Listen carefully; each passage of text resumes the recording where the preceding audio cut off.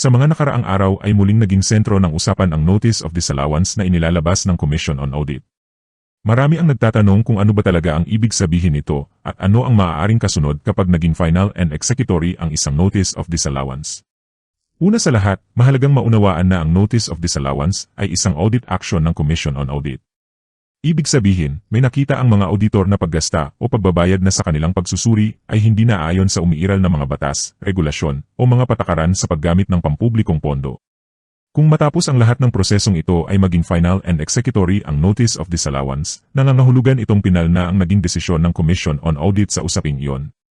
Sa ganitong sitwasyon, maaaring magkaroon ng obligasyong isauli ang halagang nadisalo kung iyon ang nakasaad sa desisyon at alinsunod sa mga umiiral na batas at regulasyon. Ngunit hindi rito nagtatapos ang usapin. Ang Commission on Audit ay hindi ang ahensyang naghahatol ng kasong kriminal. Ang pangunahing tungkulin nito ay tiyaking ang bawat pisong ginastos ng pamahalaan ay naayon sa batas at sa mga umiiral na regulasyon.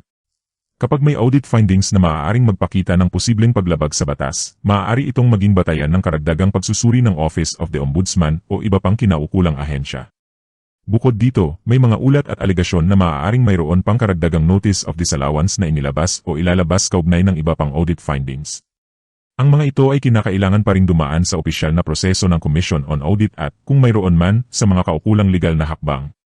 Hanggat wala pang pinal na desisyon, hindi pa maaaring ituring na napatunayan ang anumang alegasyon. Kung matapos ang hiwalay na investigasyon ay makita ng mga otoridad na may sapat na probable cause, maaari silang magsampa ng mga kasong naayon sa ebidensyang kanilang makakalap. Ang eksaktong kaso ay nakadepende sa mga natuklasan sa investigasyon at sa mga batas na maaaring mailapat. Ganito rin sa impeachment. Ang impeachment ay hiwalay na proseso sa anumang kasong administratibo o kriminal. Ang magiging desisyon ng impeachment court ay hindi otomatikong katumbas ng magiging resulta ng isang kasong kriminal, at ang magiging resulta ng isang kasong kriminal ay hindi rin otomatikong nagdidikta ng magiging pasya sa impeachment. Kung sakaling magkaroon ng pinal na hatol ng pagkakasala sa isang kasong may kaakibat na diskwalipikasyong itinakda ng batas, maaari itong magkaroon ng epekto sa paghawak o muling pagtakbo sa pampublikong posisyon. Kung ang pinal na hatol ay may kasamang diskwalipikasyon na umaabot sa panahon ng halalan sa 2028, maaari itong maging legal na hadlang sa paghahain ng kandidatura. Gayunman, ang magiging epekto nito ay nakasalalay sa magiging pinal na desisyon ng hukuman at sa mga umiiral na batas.